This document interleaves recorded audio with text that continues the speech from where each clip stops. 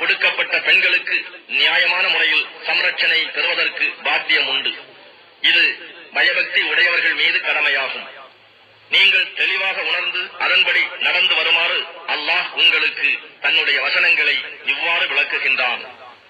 நபியே, மரண பயத்தால் தம் வீடுகளை விட்டும் ஆயிரக்கணக்கில் வெளியேறியவர்களை நீர் கவனிக்கவில்லையா? அல்லாஹ் அவர்களிடம் இறந்து விடுங்கள் என்று கூறினான். மீண்டும் அவர்களை உயிர்ப்பித்தான். நிச்சயமாக அல்லாஹ் மனிதர்கள் மீது பெரும் கருணை உடையவன். ஆனால் மனிதர்களில் பெரும்பாலோர் நன்றி செலுத்துவதில்லை. மூமீன்களே, நீங்கள் அல்லாஹ்வின் பாதையில் போரிடுங்கள்.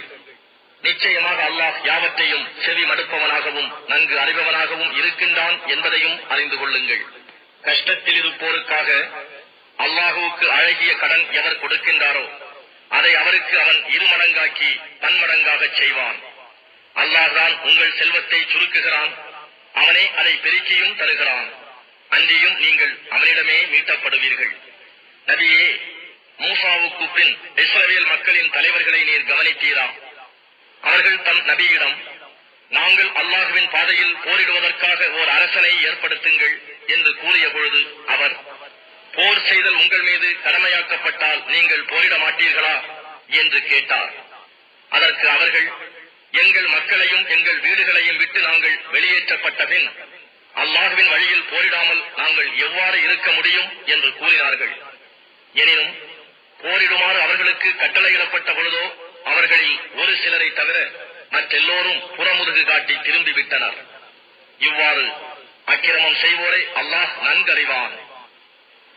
அவர்களுடைய நபி அவர்களிடம், நிச்சயமாக அல்லாஹ் தாலூத்தை உங்களுக்கு அரசனாக அனுப்பியிருக்கிறான் என்று கூறினார்.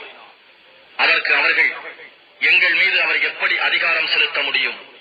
அதிகாரம் செலுத்த அவரை விட நாங்கள் தான் தகுதியுடையவர்கள்.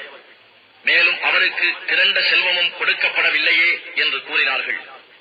அதற்கு அவர், நிச்சயமாக அல்லாஹ் உங்களை விட மேலாக அவரையே தேர்ந்தெடுத்திருக்கின்றான்.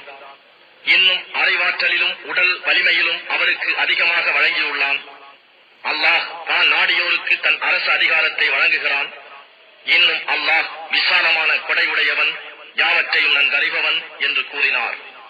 இன்னும் அவர்களுடைய நபி அவர்களிடம், நிச்சயமாக அவருடைய அரசு அதிகாரத்திற்கு அடையாளமாக ஒரு தாபூத் பேழை வரும்.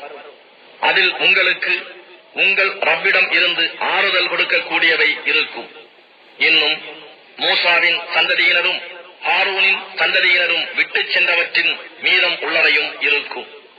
அதை மலக்குகள் வானவர்கள் சுமந்து வருவார்கள். நீங்கள் மூமீன்களாக இருப்பின் நிச்சயமாக இதில் உங்களுக்கு அத்தாட்சி இருக்கின்றது என்று கூறினார். பின்னர் தாலூத் படைகளுடன் புறப்பட்ட போது அவர், நிச்சயமாக அல்லாஹ் உங்களை வழியில் ஒரு ஆற்றை கொண்டு சோதிப்பான். யார் அதிலிருந்து நீர் அருந்துகின்றாரோ அவர் என்னை சேர்ந்தவர் அல்லர். தவிர ஒரு சிறங்கை தண்ணீர் தவிர யார் அதில் நின்றும் அதிகமாக நீர் அருந்தவில்லையோ நிச்சயமாக அவர் என்னை சார்ந்தவர் என்று கூறினார். அவர்களில் ஒரு சிலரை தவிர பெரும்பாலோர் அதிலிருந்து அதிகமாக நீர் அருந்தினார்கள். பின்னர் தாலூத்தும் அவருடன் ஈமான் கொண்டோரும் ஆற்றை கடந்ததும் ஒரு சிறங்கைக்கும் அதிகமாக நீர் அருந்தியோர், ஜாலூத்துடனும் அவன் படைகளுடனும் இன்று போர் செய்வதற்கு எங்களுக்கு வலுவில்லை என்று கூறிவிட்டனர். ஆனால் நாம் நிச்சயமாக அல்லாஹ்வை சந்திப்போம் என்று உறுதி கொண்டிருந்தோர் எத்தனையோ சிறு கூட்டத்தார்கள் பெருங்கூட்டத்தாரை அல்லாஹ்வின் அருள்மிக்க அனுமதி கொண்டு வென்றிருக்கின்றார்கள். மேலும் அல்லாஹ் பொறுமையாளர்களுடன் இருக்கின்றான் என்று கூறினார்கள். மேலும் ஜாலூத்தையும் அவன் படைகளையும் களத்தில் சந்திக்க அவர்கள் முன்னேறி சென்றபோது, இறைவா, எங்களுக்கு பொறுமையை தந்தருள்வாயாக, எங்கள் பாதங்களை உறுதியாக்குவாயாக, நிராகரிப்பவரான இம்மக்கள் மீது நாங்கள் வெற்றியடைய உதவி செய்வாயாக என கூறி பிரார்த்தனை செய்தனர்.